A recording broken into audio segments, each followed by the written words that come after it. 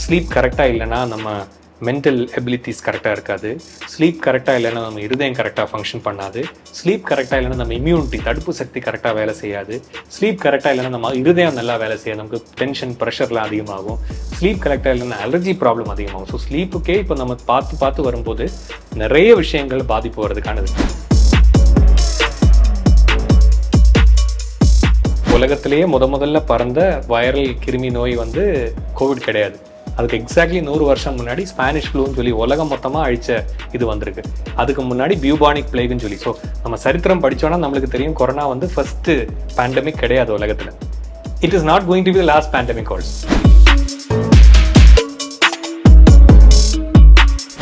Anxiety, நம்மளுக்கு மன அழுத்தம் இருந்தால் சிலவங்களுக்கு மன அழுத்தம் வந்தால் கை உதறும், சிலவங்களுக்கு நெஞ்சு படப்படக்கும், சிலவங்களுக்கு மூச்சு வாங்கும். ஸோ ஆங்ஸைட்டியும் மூச்சடைப்புக்கு இன்னொரு காரணம், ரேரர் காரணம், ஆனால் அதுவும் ஒரு காரணம். மன அழுத்தம் இருந்தால் சிலவங்களுக்கு மூச்சு கூட வாங்கலாம்.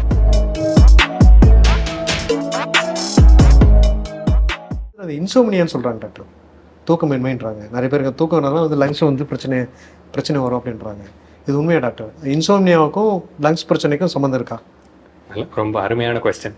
ஸோ நம்ம இப்போ என்ன பிரச்சனைன்னு பார்த்தீங்கன்னா, நம்ம ரொம்ப நாள் எஸ்பெஷலி நம்ம அந்த கொரோனா பீரியடுக்கு அப்புறம் நம்ம என்ன பார்த்தோம்னா, இந்த தூக்கத்தில் நம்மளுக்கு குவாலிட்டி கம்மி. ஸோ நம்ம ஸ்லீப்புன்றதே ஒரு பெரிய பிரச்சனை.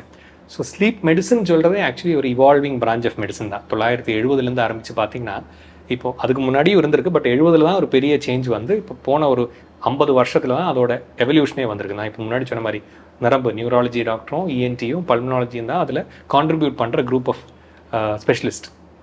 ஸ்லீப்புன்றது நம்ம நினச்சிட்டு இருந்தோம் நம்ம வேலை முடிச்சுட்டு நம்ம ரெஸ்ட் எடுக்கிற ஒரு டைமு, இல்லை நம்ம இது பண்ணுறது. இப்போ நம்ம என்ன தெரிஞ்சுக்கிறோன்னா, ஸ்லீப்பு வந்து நிறைய விஷயங்களுக்கு காரணம். ஸ்லீப் கரெக்டாக இல்லைன்னா நம்ம மென்டல் எபிலிட்டிஸ் கரெக்டாக இருக்காது. ஸ்லீப் கரெக்டாக இல்லைன்னா நம்ம இருதயம் கரெக்டாக ஃபங்க்ஷன் பண்ணாது. ஸ்லீப் கரெக்டாக இல்லைன்னா நம்ம இம்யூனிட்டி தடுப்பு சக்தி கரெக்டாக வேலை செய்யாது. ஸ்லீப் கரெக்டாக இல்லைன்னா நம்ம இருதயம் நல்லா வேலை செய்யாது, நமக்கு டென்ஷன் ப்ரெஷர்லாம் அதிகமாகும். ஸ்லீப் கரெக்டாக இல்லைன்னா அலர்ஜி ப்ராப்ளம் அதிகமாகும். ஸோ ஸ்லீப்புக்கே இப்போ நம்ம பார்த்து வரும்போது நிறைய விஷயங்கள் பாதிப்பு வர்றதுக்கானது இருக்குது. ஸோ அதுலேயே குவாலிட்டி டீப் ஸ்லீப்னு சொல்லுவோம். ஸோ அது ஒவ்வொருத்தங்களுக்கும் டிஃப்ரெண்ட்டாக இருக்கும், ஒவ்வொரு ஏஜுக்கும் டிஃப்ரெண்ட்டாக இருக்கும், ஒவ்வொரு வேலைக்கும் டிஃப்ரெண்ட்டாக இருக்கும். பட் பை அண்ட் லார்ஜ் ஒரு ரூல் ஆஃப் தம்ப் மாதிரி என்ன சொல்கிறேன்னா, 6லேருந்து 8 மணி நேரம் ப்ராப்பரான தூக்கம் வேணும். அதுக்கு நம்ம ஸ்லீப் ஹைஜீன் சொல்லுவோம். ஸோ நம்ம உடம்பு எப்படி சுத்தமாக வச்சுருக்கோமோ, வீடு எப்படி சுத்தமாக வச்சுருக்கோமோ, அது மாதிரி ஸ்லீப்பையும் சுத்தமாக வச்சுக்கிறோம். ஸோ சுத்தமாக அந்த ஸ்லீப் ஹைஜீனா என்ன? மெயினாக நம்ம ஒரே டைமில் தூங்கி ஒரே டைமில் எந்திரிக்கணும். அது ஒர்க்கிங் டேஸாக இருந்தாலும் சரி, வீக்கெண்ட்ஸாக இருந்தாலும் சரி, வெக்கேஷனாக இருந்தாலும் சரி, தூங்குறதுக்கு மட்டுமே அந்த ரூமுக்கு போகணும். அந்த ரூமில் போய் டிவி பார்க்குறது, மொபைல் பார்க்குறது, டேப் பார்க்குறது ஒன்றுமே பண்ணக்கூடாது. எஸ்பெஷலி நம்ம தூங்குறதுக்கு 1 hour முன்னாடி ஸ்மார்ட் டிவைஸ் எதுவுமே யூஸ் பண்ணக்கூடாது. ஏன்னா அந்த ப்ளூ லைட் வந்து நம்ம பிரெயினை வந்து ஆனாக வச்சிடும். ஸோ நம்மளுக்கு தூக்கம் வராத மாதிரி ஆகிடும். ஸோ இன்சாம்னியாவுக்கு ஒரு மெயின் காரணம் வந்து பார்த்தீங்கன்னா நம்மளோட over use of smart devices. 4 சாப்பிட்ட உடனே படுக்கிறது. ஸோ நமக்கு வயத்தில் ஜீரணமாகறதுனால நம்ம பிளட் ஃப்ளோ மொத்தமாக வயத்துக்கு போயிடும். ஸோ நம்ம பிரெயின் வந்து தூங்க முடியாது, ஏன்னா அந்த பிரச்சனை இருக்குங்க. ஸோ எப்போவுமே ஒரு 2 to 3 hours முன்னாடி, தூங்குறதுக்கு முன்னாடி சாப்பிட்றோம். கெஃபீன் இல்லை நம்ம டீ காஃபி எல்லாமே தூங்குறது 10 மணினா 4 மணிக்கு அப்புறம் எதுவுமே டீ காஃபி எதுவும் குடிச்சக்கூடாது. அடுத்தது தூக்க அறை, நம்ம தூங்குற இடம் வந்து டார்க்காக இருக்கணும். நம்மளுக்கு என்ன டெம்பரேச்சர் பிடிக்கும், கோல்டாக இருந்தால் பிடிக்குமா, வார்மாக இருந்தால் அந்த டெம்பரேச்சரில் இருக்கணும். சொன்ன மாதிரி தூங்குறதுக்கானே போனோம், சண்டை போடுறதுக்கு, பசங்களை திட்டுறதுக்கு, டீச் பண்ணுறதுக்கு. பெட்டை வந்து நம்ம மல்டி பர்பஸாக யூஸ் பண்ணக்கூடாது. ஸோ இதெல்லாம் பண்ணாலே இன்சாம்னியான்ற பிரச்சனை போயிடும். இன்னொரு செகண்ட் கேள்வி, இன்சாம்னியானால் நுரையீரல் பாதிப்பு வருமா? இப்போ என்ன சொல்கிறோன்னா, இன்சாம்னியானால் உடம்புல எல்லா உறுப்புலையும் டேமேஜ் வரும், நுரையீரலையும் பாதிப்பு வரும். பட் இன்சாம்னியா நிறைய வேளையில் ஒரு மாத்திரை சாப்பிட வேண்டிய பிரச்சனை இருக்காது. அதோட அடிப்படை காஸ் என்னன்னு பார்த்தா அதை ட்ரீட் பண்ணலாம், சரியாக போயிடும். Okay doctor. இப்போ அடுத்தது நுரையீரலில் வந்து நிமோனியான்னு சொல்லிட்டு ஒரு வியாதின்னு சொல்கிறாங்க. அடிக்கடிக்கு சில பேர் காய்ச்சல் வந்துக்கிட்டே இருக்கும். என்ன தான் உங்களுக்கு கொடுத்தாலும் பார்த்தீங்கன்னாக்கா அந்த இம்யூனிட்டி பவர்ன்றது கம்மியாக இருக்கும். ஸோ இதுக்கு ஒரு நிரந்தர தீர்வு இருக்கா டாக்டர் இந்த மாதிரி பிரச்சனைக்கு? ஸோ நிமோனியான்னு சொல்கிறது நம்ம எப்போவுமே யோசிக்க வேண்டியது என்னென்னா, நுரையில் வர இன்ஃபெக்ஷன் நம்மளுக்கு எக்ஸ்ரேலையோ சிடிலையோ தெரிகிற ஒரு கன்சால்டேஷன் நிமோனியான்னு சொல்லுவோம். நிமோனியா நிறைய விஷயங்களில் வரலாம். நம்மளுக்கு இன்ஃபெக்ஷனாக வரலாம், நம்ம ஹாஸ்பிட்டல் இருக்கிறதுனால அங்கே இருந்து கிருமிகள்னால வரலாம், நம்ம தடுப்பு சக்தி குறைஞ்ச. ஸோ எதனால நிமோனியா வந்திருக்குன்னு பார்க்கணும். இந்த நிமோனியா காய்ச்சல்னு சொல்கிறது எப்போவுமே ஏஜ்டானவங்களையும் குழந்தைங்களே தான் அதிக பிரச்சனை கொடுக்கும். சின்ன குழந்தைங்களையும் நம்ம முன்னாடி சொன்ன மாதிரி, ஏன்னா அவங்களோட தடுப்பு சக்திக்கு பவர் கம்மி. குழந்தைங்கள தடுப்பு சக்தி ஃபுல்லாக க்ரோ ஆகலை, பெரியவங்கள அந்த தடுப்பு சக்தி பவர் குறைஞ்சிச்சு. ஸோ நம்ம அவங்களுக்கு என்ன பண்ணலாம், ஒன்று இன்ஃபெக்ஷன் வந்தால் உடனே ட்ரீட் பண்ணிக்கணும். 2 நம்ம ஃப்ளூக்கு சொன்ன மாதிரியே நிமோனியாவுக்கும் தடுப்பூசி இருக்குது, நியூமோகோக்கல் வேக்சின் சொல்கிறது. ஸோ அது வேணால் எடுத்துக்கலாம். அது எடுத்தால் வராதுன்னு கிடையாது, பட் ஆனால் ரொம்ப சிவியராக வராமலும் ஃப்ரீக்வெண்ட்டாக வராமலும் பார்த்துக்கலாம். அந்த தடுப்பூசி போட்டுக்கிட்டா நல்லது. Thank you doctor. அடுத்தது வந்து இப்போ குழந்தைங்களுக்கு வந்து கக்குவான்னு சொல்கிறாங்க டாக்டர். கக்குவானா தொடர்ந்து குட்டி பசங்க இருமிக்கிட்டே இருக்கும், நிப்பாட்டவே முடியாது. அதுக்கு வந்து சில பேர் வந்து பழைய பெரியவங்களாம் என்ன சொல்லுவாங்கன்னா முதல்ல கறி கொடுத்தா சரியாகிடும் அப்படின்வாங்க. இது உண்மையா டாக்டர்? அந்த மாதிரி இல்லை, அந்த மாதிரி கறி கொடுத்தா அந்த இருமல் ஸ்டாப் ஆகும் அப்படின்லாம் சொல்கிறாங்க. அது உண்மையா? அது வந்து நம்ம என்ன பிரச்சனைனா, இப்போ நம்ம மாடர்ன் மெடிசனில் வந்து சில விஷயம் எவிடன்ஸ் இருந்தால் தான் நம்ம சொல்ல முடியும். ஸோ எவிடன்ஸ் எப்படி வருதுன்னா, நம்ம ஒரு வியாதிக்கு ஒரு 100 பேருக்கு வியாதி இருக்கிறவங்க, 100 பேர் வியாதி இல்லாதவங்க, நம்ம அவங்கள வச்சுட்டு அவங்களுக்கு மெடிசன் கொடுத்து பார்ப்போம். இந்த வியாதி இருக்கணும் மருந்து கொடுத்தா எவ்வளோ பேருக்கு பெட்டர் ஆகுது, வியாதி இல்லாதவங்களுக்கு மருந்து கொடுத்தா ஏதாவது பிரச்சனை வருதா, இப்படி பார்த்தா நம்ம யூஸ்வலாக கண்டுபிடிக்கும். ஸோ அப்படி முதல்ல கறிக்கு ஒரு ஸ்டடி நடந்தால் என்னோட அறிவில் கிடையாது. ஸோ அதனால அது ஒர்க் ஆகுதா இல்லையான்னு நம்ம சொல்லவும் முடியாது. இன்னொன்று வந்து கக்குவான்னு சொல்கிற இது வந்து ஒரு பர்டிகுலர் வியாதினால் வருதுன்னா அது அண்டர்லைங் ப்ராப்ளத்தை நம்ம ட்ரீட் பண்ணிக்கும் போது அதுலேருந்து சரியாயிடும். ஸோ எல்லாருக்குமே அதுக்கு இந்த எக்ஸசிவ் ட்ரீட்மெண்ட் தேவை இருக்காது. நம்ம ஒரு குழந்தை மருத்துவரை பீடியாட்ரிஷனை போய் பார்த்து அதுக்கு தேவையான ட்ரீட்மெண்ட் எடுத்தால் சரியாகும். அடுத்தது டாக்டர், இப்போ இந்த கொரோனா மாதிரி சுச்சுவேஷனில், பேண்டமிக் சுச்சுவேஷனில் வந்து நிறைய பேருக்கு வந்து பொதுவாகவே எல்லாருக்குமே வந்து அந்த வீசிங் பிரச்சனை, மூச்சு விடுறதுல சிரமம், அந்த மாதிரிலாம் இருக்கும். இந்த மாதிரியான டைமில் வந்து நீங்கள் வந்து ஒரு ஆஸ் லங் ஸ்பெஷலிஸ்ட்டாக வந்து நீங்கள் அப்படி ஒரு சுச்சுவேஷன் இந்த மாதிரி வந்ததுனாக்கா, வரப்போதும் கூட சொல்கிறாங்க குரோம் எக்ஸ்ன்னு ஏதோ சொல்கிறாங்க, சம் வைரஸ், அதோட கொரோனாவோட பயங்கரமான தொற்று வரும் அப்படின்றாங்க. நிறைய பேர் அந்த பயத்திலேயே கூட அவங்களோட உயிரும் போயிடுதுன்றாங்க. இது நீங்கள் ஒரு நுரையீரல் தொற்று மருத்துவராக வந்து நீங்கள் எப்படி பார்க்குறீங்க? இது அந்த மாதிரி ஒரு வேளை பேண்டமிக் சுச்சுவேஷன் ஏற்பட்டால் மக்களுக்கு நீங்கள் சொல்லக்கூடிய அறிவுரை என்னவா இருக்கு? ஓகே, அது ஒரு வேர்ல்ட் ஃபேமஸ் எபிடமியாலஜிஸ்ட் சொன்ன வார்த்தையிலே நான் சொல்கிறேன், Covid is not the first pandemic and Covid will not be the last pandemic. உலகத்திலேயே முதல்ல பறந்த வைரல் கிருமி நோய் வந்து கோவிட் கிடையாது. அதுக்கு எக்ஸாக்ட்லி 100 வருஷம் முன்னாடி ஸ்பானிஷ் ஃப்ளூன்னு சொல்லி உலகம் மொத்தமாக அழிச்ச இது வந்திருக்கு. அதுக்கு முன்னாடி பியூபானிக் பிளேகுன்னு சொல்லி. ஸோ நம்ம சரித்திரம் படித்தோன்னா நம்மளுக்கு தெரியும் கொரோனா வந்து ஃபர்ஸ்ட்டு பேண்டமிக் கிடையாது உலகத்தில்.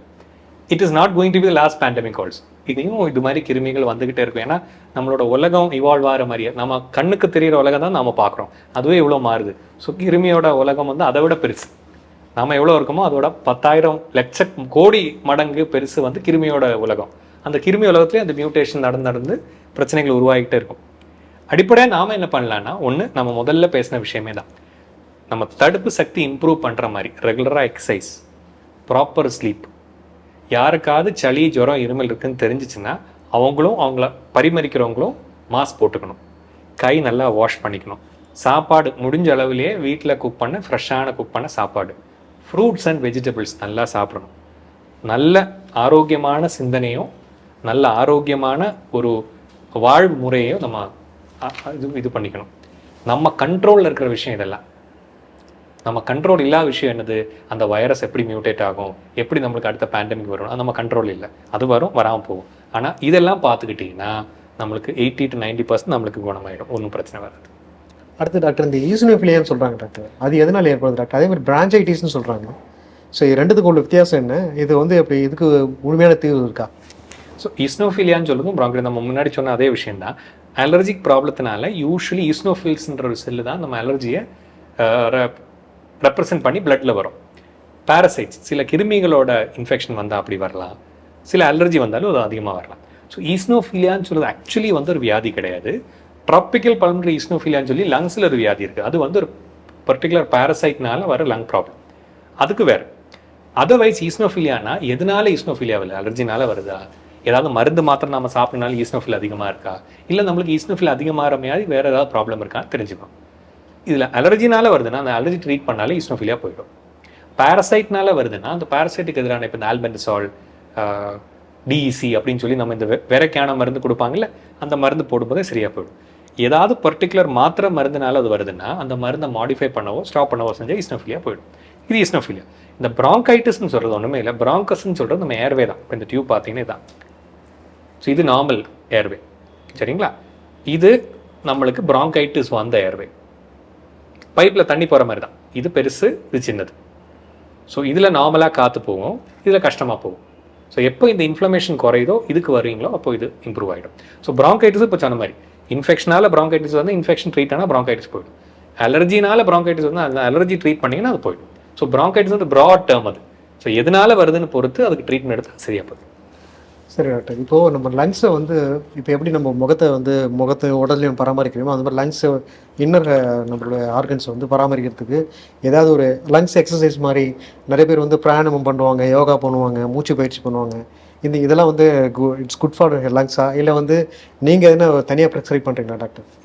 ஸோ ஃபர்ஸ்ட் திங் வந்து நம்ம உடல் ஆரோக்கியத்துக்கு என்னெல்லாம் நார்மலாக பண்ணணுமோ அது எல்லாமே லங்ஸுக்கும் குணம் செய்யும். ஃபர்ஸ்ட்டாக வந்து ப்ராப்பர் எக்ஸசைஸ். ஒரு 30 minutes per day regular walking or jogging ஏதாவது ஒரு ஏரோபிக் எக்ஸசைஸ் பண்ணிங்கன்னா அதுவே மூச்சு இதுவும் லங்ஸோட பராமரிப்புக்கும் இம்ப்ரூவ் பண்ணும். நம்ம ஹார்ட்டுக்கும் லங்ஸுக்கும் ரொம்ப நல்லது. 2, சாப்பாடு. Vegetables and fruits, anti oxidants நிறைய இருக்கிற சாப்பாடு எடுத்திங்கனாலே லங்ஸ் நல்லா வேலை செய்யும். அதுக்கும் ப்ரொடெக்டிவான இப்போ நம்ம நிறைய இப்போ இந்த ப்ளூபெரிஸ் அது மாதிரி அவக்காடோ இல்லைன்னா நம்ம ஊரில் கிடைக்கிற நெல்லிக்காய் அதெல்லாமே நிறைய ஆன்டி ஆக்சிடென்ட் ரிச்சானது, அதெல்லாமே லங்ஸுக்கு குணம் செய்யும். 3 வந்து மூச்சு பயிற்சி. நீங்கள் சொன்ன மாதிரி யோகா பிராணாயாமம் எல்லாமே பண்ணிக்கலாம். அதே மாதிரி ஸ்பெசிஃபிக் செட் ப்ரீதிங் எக்ஸஸ், இப்போ டயஃப்ரமேட்டிக் ப்ரீதிங், அதே மாதிரி பர்ஸ் லிப் ப்ரீதிங் அப்படிலாம் சொல்லி சில பல வியாதிகளுக்கு நம்ம எடுத்து சொல்லுவோம். பட் டீப் ப்ரீதிங் எக்ஸசைசஸ் பண்ணிங்கன்னா உங்கள் நுரையிலோட இது வந்து எப்போவுமே நல்லாயிருக்கும். ஸோ ரெகுலர் எக்ஸசைஸோடு சேர்த்து கொஞ்சம் ப்ரீதிங் எக்ஸசைஸ் பண்ணிங்கன்னா டெஃபினட்டாக உங்கள் லங்ஸுக்கு இது வைக்கும். 4வது நான் என்ன சொல்லுவேன்னா, ஏதாவது ஒரு இன்ஃபெக்ஷன் நுரையில் சம்மந்தமாக இருமல் மூச்சு கஷ்டம் அப்படி ஏதாவது வந்தால் உடனடியாக மருத்துவரை சந்தித்து அதுக்கான ட்ரீட்மெண்ட். ஏன்னா நீங்கள் ட்ரீட்மெண்ட் பண்ணாமல் வச்சுக்கிட்டு இருந்தீங்கன்னா அதில் வர்ற பக்க விளைவுகள் அதிகமாக இருக்கும். So the earlier you treat the better. Thank you doctor. இப்போ வந்து நீங்கள் ஒரு அலோபதி டாக்டராக வந்து மற்ற சித்தாலையும் பார்த்தீங்கன்னாக்கா இந்த மாதிரி வந்து நுரையீரல் பிரச்சனை தீர்க்கிறதுக்கு வந்து இந்த அதிமதுரத்தை சாப்பிடுங்க, இதெல்லாம் சாப்பிட்டீங்கன்னா உங்களுக்கு வந்து த்ரோட் இன்ஃபெக்ஷன்லாம் போகும் அப்படின்றாங்க. ஸோ அந்த மாதிரி வந்து வீட்லேயே இப்போ சப்போஸ் வந்து ஒரு ரிமோட் பிளேஸில் இருக்காங்க, அவங்க வந்து டாக்டர்கிட்ட டக்குன்னு வர முடியாது, அவங்களுக்கு நீங்கள் சொல்லக்கூடிய தீர்வுகள் ஏதாவது இருக்கா? இந்த மாதிரியான ஒரு லங்ஸ் பிரச்சனை, ஒரு வீசிங் பிரச்சனை வந்துருச்சு, இதை நீங்கள் ஃபஸ்ட்டு பண்ணிவிட்டு முதலுதவி மாதிரி பண்ணிவிட்டு அதுக்கப்புறமா நீங்கள் வாங்க அப்படின்ற மாதிரி ஏதாவது சொல்லக்கூடிய அது ஏன்னா நம்ம எப்போவுமே நம்ம இந்த மாடர்ன் மெடிசனில் நம்ம எப்போவுமே எதை பற்றி யோசிப்போம்னா, ஒரு டிலே இன் டயக்னோசிஸ் எப்போவுமே நம்மளுக்கு ஒரு பெரிய பிரச்சனை கொடுக்கும். இப்போ நீங்கள் சொன்ன மாதிரி ஒரு இருமல் வீசிங்கிறது ஒரு அலர்ஜினால் வருதுன்னா நீங்கள் அதிமதுரம் சாப்பிட்டு இல்லைன்னா இஞ்சி தேன் போட்டு தண்ணி குடிச்சு சாப்பிட்டு இருந்தால் ஒன்றும் பிரச்சனை கிடையாது. பட் சம்டைம்ஸ் அந்த இருமல் வீசிங் லங் கேன்சருக்கும் காரணமாக இருக்கலாம். அந்த இருமல் வீசிங்னால் டியூபர்குலோசிஸ் காரணமாக இருக்கலாம். ஸோ நம்ம சிம்டத்தை ட்ரீட் பண்ணுறது மாடர்ன் மெடிசன். நாங்கள் எங்களை அலோபதின்னு கூப்பிட்றது இல்லை, எங்களோட பேர் மாடர்ன் மெடிசன். மற்றவங்க நம்மளுக்கு வச்ச பேர் தான் அலோபதி. ஆக்சுவலாக மாடர்ன் மெடிசன் எப்படின்னா சயின்ஸ் மாதிரி தான். ஒன்று கூட்டினா 2, அது இங்கே கூட்டினாலும் 2, அமெரிக்காவில் கூட்டினாலும் 2, யூகேல கூட்டினாலும் 2. ஸோ நம்மளுக்கு ஒரு வேறுபாடு கிடையாது. 2 இவால்விங் சயின்ஸ். நம்மளுக்கு எல்லாமே நம்மளுக்கு தெரிஞ்சிருக்கு, நம்மக்கிட்ட எல்லாத்தோடையும் தீர்வு இருக்குன்னு ஒரு மாடர்ன் மெடிசன் டாக்டர்னு சொல்ல மாட்டாங்க. இன்ஃபேக்ட் எனக்கு இருக்கிற பரிமிதி எவ்வளோன்னா நான் லங்ஸை பற்றி மட்டும்தான் பேச முடியும். எங்களையே மற்ற பரிமாணங்கள் இருக்கிறவங்க அந்த பரிமாணங்களை பற்றி என்னை விட நல்லா தெரிஞ்சிருக்கும். எல்லாமே தெரிஞ்ச ஒரு ஆள் நான் எப்போவுமே ஒரு மாடர்ன் மெடிசன் டாக்டர் சொல்ல மாட்டாங்க. ஸோ இதே ரீசனில் ஒரு இருமல்ன்றதும் ஒரு வீசிங்கிறதும் ஒரு காரணத்தினால வராது. ஸோ அதனால நீங்கள் எமர்ஜென்சியாக ஏதாவது போட்டிங்கன்னா கூட எவ்வளோ சீக்கிரம் உங்களுக்கு ஒரு டாக்டர்கிட்ட போய் பார்க்க முடியுமோ அவ்வளோ நல்லது. ஏன்னா மைல்ட் ப்ராப்ளமாக இருந்தால் அதுவே கண்டினியூ பண்ணிக்கலாம். அந்த இஞ்சி தூளோ இல்லை இதுவோ சாப்பிட்டு இல்லை ஹனி சாப்பிட்டு அது பண்ணிக்கலாம். பட் அதுவே உங்களுக்கு ஒரு பெரிய வியாதியாக இருந்தால் நீங்கள் அதை மிஸ் பண்ணிவிடுவீங்க. அது எடுத்தே நீங்கள் கண்ட்ரோலில் வைக்கிறீங்கன்னு சொல்லி டிலே பண்ணி உங்களோட பிரச்சனை நீங்களே வளர்த்துவீங்க. ஸோ அது அப்படி ஒரு ரெக்கமெண்டேஷன் நான் கொடுக்க மாட்டேன். சரி டாக்டர், இப்போ ஒருத்தருக்கு வந்து இந்த சுவாச கோளாறுலாம் சொல்கிறாங்க டாக்டர். சுவாச கோளாறுனாக்கா நல்லா இது பண்ணிகிட்டே இருப்பாங்க, மூச்சு விட்டே இருப்பாங்க, டக்குன்னு வந்து அவங்களால வந்து மூச்சு விட முடியாமல் போய்டும். இந்த மாதிரி இந்த மூச்சு விட முடியாமல் போகிறதுக்கு என்ன காரணங்கள் டாக்டர்? முதுகுவலி பின்னாடி வந்து சில பேருக்கு பேக் பெயின் இருக்குன்னுவாங்க, மூச்சு விடும்போதெல்லாம் பேக் பெயின்னுவாங்க. ஸோ இதுக்கு காரணங்கள் என்ன? இதுக்கு வந்து இதனுடைய சிம்டம்ஸாக இருக்குன்னு நினைக்கிறீங்க? ஸோ இப்படி நம்ம மூச்சடைப்பு வந்து நமக்கு முதுகுவலி வருது, மூச்சு கரெக்டாக எடுக்க முடியலன்னா நம்ம எந்த ஏஜில் அந்த பிரச்சனை வருதுன்னு பார்ப்போம். இது யங்கர் ஏஜ் குரூப்பில் அப்படி வரும்போது நம்ம யூஸ்வலாக வந்து சில பல வியாதிகளை, ஃபார் எக்ஸாம்பிள் இப்போ மசில் ஸ்பாஸ்தனாலேயும் விளையாடும் போது ஏதாவது பிரச்சனை வந்ததுனாலையும் கொஞ்சம் டென்ஷனாலேயும் எல்லாம் அப்படி வரலாம். இதுவே முதியோர்களில் வந்தால் இதே பிரச்சனை ஹார்ட்டோட பிரச்சனையாக கூட இருக்கலாம். நெஞ்சு வலின்னு சொல்லி வரணுங்களா, அவங்களுக்கு முதுகு வலின்னு வரும், கை வலின்னு வரும், மூச்சு வாங்குறதுன்னு வரும். நம்ம பார்த்தா லங்ஸ் ஓகேவாக இருக்கும், உங்கள் ஹார்ட் ப்ராப்ளம் இருக்கலாம். ஸோ இது எந்த ஏஜ் குரூப்பில் வருதுன்னு பொறுத்து. 2வது நம்ம சில வியாதிகளில் இப்போ நம்ம சொன்ன மாதிரி அலர்ஜி அதில் எல்லாமே இந்த பிரச்சனை வரலாம். ஆங்ஸைட்டி, நம்மளுக்கு மன அழுத்தம் இருந்தால் சிலவங்களுக்கு மன அழுத்தம் வந்தால் கை உதறும், சிலவங்களுக்கு நெஞ்சு படப்படக்கும், சிலவங்களுக்கு மூச்சு வாங்கும். ஸோ ஆங்ஸைட்டியும் மூச்சடைப்புக்கு இன்னொரு காரணம், ரேரர் காரணம், ஆனால் அதுவும் ஒரு காரணம். மன அழுத்தம் இருந்தால் சிலவங்களுக்கு மூச்சு கூட வாங்கலாம். ஸோ எதனால் வருது நம்ம அந்த பேஷண்ட்டை பார்த்து தான் கண்டுபிடிக்கும். Thank you doctor. இவ்வளோ நேரம் எங்களுடைய எல்லா கேள்விகளுக்கும் அருமையாக, தெளிவாக, அழகாக, பொறுமையாக, நிதானமாக எங்களுக்கு அருமையாக விளக்கம் சொல்லியிருக்கீங்க. உங்களுக்கு எங்களோட ராணி ஆன்லைன் சார்பாக நன்றிகளும் வாழ்த்துக்களும் வணக்கங்களை தெரிவித்துக் கொள்கிறோம்.